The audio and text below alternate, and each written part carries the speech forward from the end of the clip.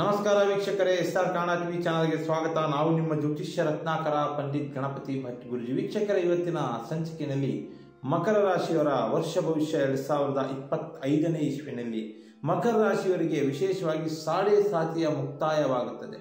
ಸತತ 7.5 ವರ್ಷ ಶನಿಗ್ರಹದ ಕಾಡಾಟದಿಂದ ಮುಕ್ತರಾಗಿರುವಂತಹ ನಮ್ಮ ಮಕರ ರಾಶಿಯವರು ಈ ವರ್ಷದಲ್ಲಿ ಧನವಂತರಾಗುತ್ತೀರಿ.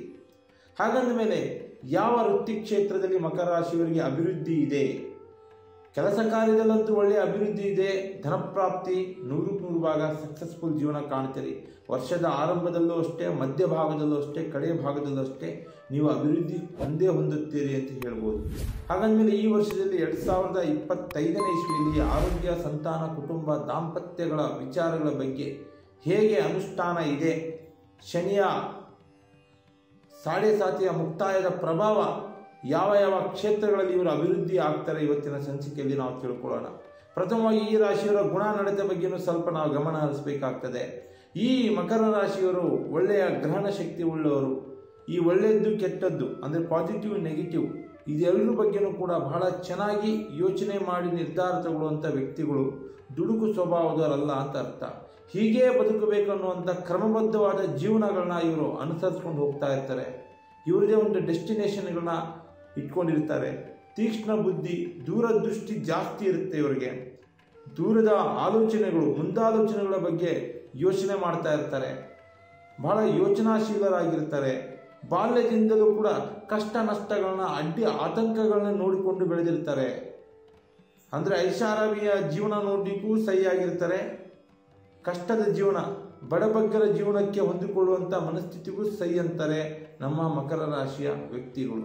ಹಾಗೆ ಈ ವ್ಯಕ್ತಿಗಳಲ್ಲಿ ನಾವು ಗಮನಿಸಬೇಕಾದಂಥದ್ದು ಒಂದು ಪ್ರಾಮಾಣಿಕತನ, ಗೌರವಯುತವಾದ ಜೀವನಕ್ಕೆ ಮಾನ್ಯತೆ ಕೊಡ್ತಾರೆ.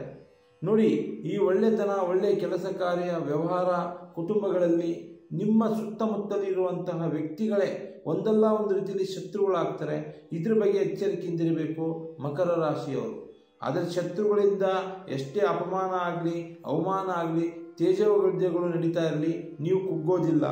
ಈ ರೀತಿಯಲ್ಲಿ ಸಮಸ್ಯೆಗಳನ್ನ ಎದುರಿಸ್ತಾ ಇರ್ತಾರೆ ಮಕರ ರಾಶಿಯವರು.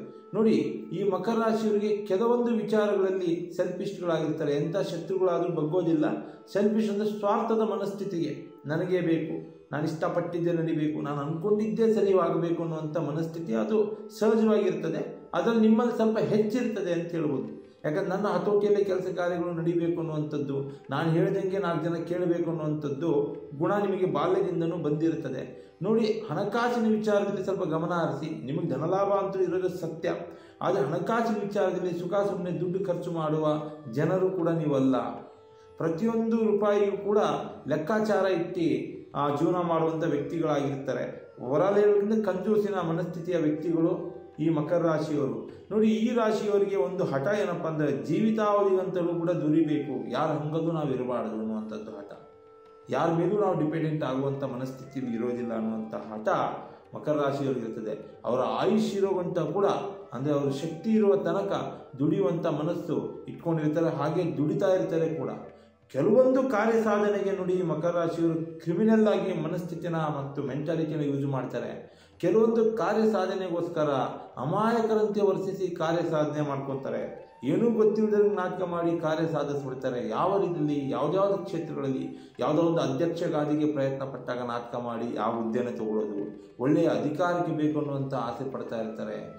ಮತ್ತು ಈ ಉನ್ನತ ಸ್ಥಾನಮಾನಕ್ಕೆ ಹೋಗಬೇಕು, ಇಂಥದಕ್ಕೆಲ್ಲ ಏನಾಗ್ತದೆ, ಇವರಿಗೆ 4 ಜನ ಹೊಗಳುವಂತಹ ಯಾವುದಾದ್ರೂ ಕ್ಷೇತ್ರ ಇದ್ರೆ ಅಲ್ಲಿ ಹೆಸರು ಮಾಡಬೇಕು ಅನ್ನುವಂಥ ಆಸೆಯಿಂದ ಹೇಗಾದರೂ ಮಾಡಿ ಚಾಕಚಕ್ಯತೆಯಿಂದ ಅಮಾಯಕರಂತೆ ವರ್ತಿಸಿ ಆ ಜಾಗನ ಕಸಿದ್ಕೊಂಡ್ಬಿಡೋದು, ಆ ಸ್ಥಾನದಲ್ಲಿ ಇವರು ವಿರಾಜಮಾನವಾಗಿ ಕೂತ್ಕೊಳ್ಳುವಂಥ ಅಭ್ಯಾಸ ಬೆಳೆಸ್ಕೊಂಡಿರ್ತಾರೆ ಮಕರ ರಾಶಿಯವರು. ಅದರಲ್ಲಿ ಇವ್ರಿಗೆ ಗೆಲುವು ಇದ್ದೇ ಇರ್ತದೆ ಅಂತ ಹೇಳ್ಬೋದು.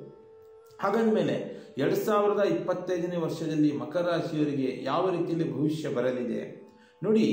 ಈ ವರ್ಷದಲ್ಲಿ ಈ ಮಕರ ರಾಶಿಯವರಿಗೆ ಶನಿಯ ಸಂಚಾರ ಅಂದರೆ ಬೇರೆ ರಾಶಿಯ ಮೇಲೆ ಶನಿಯ ಸಂಚಾರ ಆಗುವುದರಿಂದ, ನಿಮ್ಮ ರಾಶಿಯಿಂದ ಸಾಡೆ ಸಾತಿ ದೂರ ಆಗುವುದರಿಂದ ವ್ಯಾಪಾರ, ವ್ಯವಹಾರ, ಕೆಲಸ ಕಾರ್ಯ, ಉದ್ಯೋಗಗಳಲ್ಲಿ ಅನಿರೀಕ್ಷಿತವಾಗಿ ಅಧಿಕ ಆದಾಯಗಳನ್ನ ಹಣಕಾಸಿನಲ್ಲಿ ನೀವು ಸಂಪಾದನೆ ಮಾಡ್ತೀರಿ. ಹಣಕಾಸಿನಲ್ಲಿ ಒಳ್ಳೆಯ ಸಂಪಾದನೆ ಆಗ್ತದೆ. ಹಣಕಾಸಿನ ಸಮಸ್ಯೆ ಇದ್ರೂ ಕೂಡ ಬಗೆಹರಿಯುತ್ತೆ. ಧನವಂತರಾಗುತ್ತೀರಿ ಅಂತ ಅರ್ಥ. ಈ ವರ್ಷದಲ್ಲಿ ಸಾಲ ಸೋಲದಿಂದಲೂ ಕೂಡ ಮುಕ್ತರಾಗ್ತೀರಿ. ಬೇರೆಯವ್ರ ಸಾಲವಾಗಿ ನೀವು ದುಡ್ಡು ಕೊಡುವಂಥ ಸಾಮರ್ಥ್ಯ ನಿಮ್ಮ ಹತ್ರ ಬರ್ತದೆ.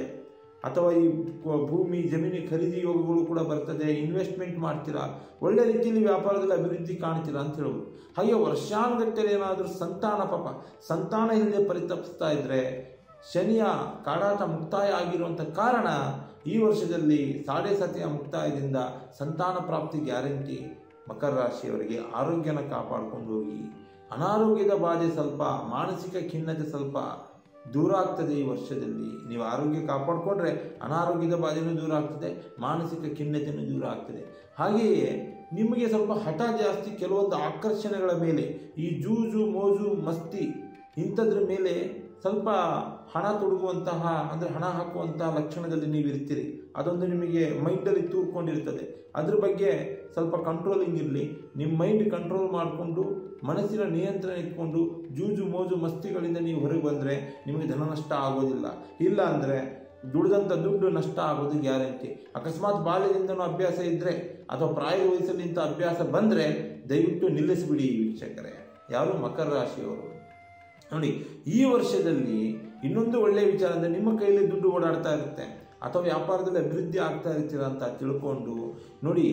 ಯಾರಾದರೂ ಮೇಲೆ ಅಥವಾ ಶತ್ರುಗಳ ಮೇಲೆ, ಸ್ನೇಹಿತರ ಮೇಲೆ, ಹಿತೈಷಿಗಳ ಮೇಲೆ ದ್ವೇಷ ಕ್ರೋಧ ಮತ್ಸರಗಳನ್ನ ಇಟ್ಕೊಳ್ಬೇಡಿ. ಸುಖ ಸುಮ್ಮನೆ ಗಲಾಟೆ ಗದ್ದಲಗಳನ್ನ ನೀವು ಮಾಡ್ಕೋಬೇಡಿ. ಯಾಕಂದರೆ ನಿಮಗೆ ಒಳ್ಳೆಯ ಸಮಯ ಬಂದಿದೆ. ಇದರ ಯುಟಿಲೈಸ್ ಮಾಡ್ಕೊಳ್ಳಿ. ಇದರ ಭಾಗ್ಯನ ನೀವು ಅನುಭವಿಸುವಂಥ ಪ್ರಯತ್ನ ಮಾಡಿ ಮಕರ ರಾಶಿಯವರು.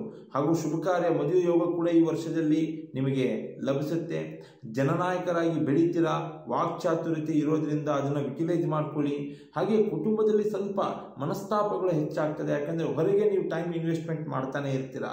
ಹೊರಗಿನ ವಿಚಾರಗಳಿಗೆ, ಹೊರಗಿನ ವ್ಯವಹಾರಗಳಿಗೆ, ಹೊರಗಿನ ಜನರ ಆಸಕ್ತಿಗಳಿಗೆ ನೀವು ಹೋಗ್ತಾ ಇರ್ತೀರ. ಇದರಿಂದ ಕುಟುಂಬದಲ್ಲಿ ಸ್ವಲ್ಪ ಭಿನ್ನಾಭಿಪ್ರಾಯ ಮನಸ್ತಾಪಗಳು ಹೆಚ್ಚಿಗೆ ಬರ್ತದೆ. ಈ ವರ್ಷದಲ್ಲಿ ತಾಳ್ಮೆ ಸಹನೆಯಿಂದ ಜಾಗೃತಿಯಿಂದ ಇದ್ದಷ್ಟು ಒಳ್ಳೆಯದು.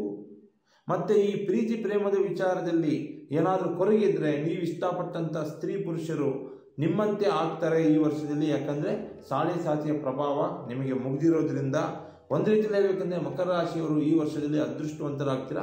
ಆದರೆ ಸಮಯನ, ಅವಕಾಶನ, ದುಡ್ಡನ್ನ ಒಳ್ಳೆ ರೀತಿಯಲ್ಲಿ ಬಳಸ್ಕೊಂಡ್ರೆ ನೀವು ಧನವಂತರಾಗುತ್ತೀರಿ ಮತ್ತು ಧಾನ್ಯವಂತರಾಗುತ್ತೀರಿ. ಅಭಿವೃದ್ಧಿಶೀಲ ನಿಮ್ಮ ಹಿಂದಿರುತ್ತೆ ಅಂತ ಹೇಳ್ಬೋದು.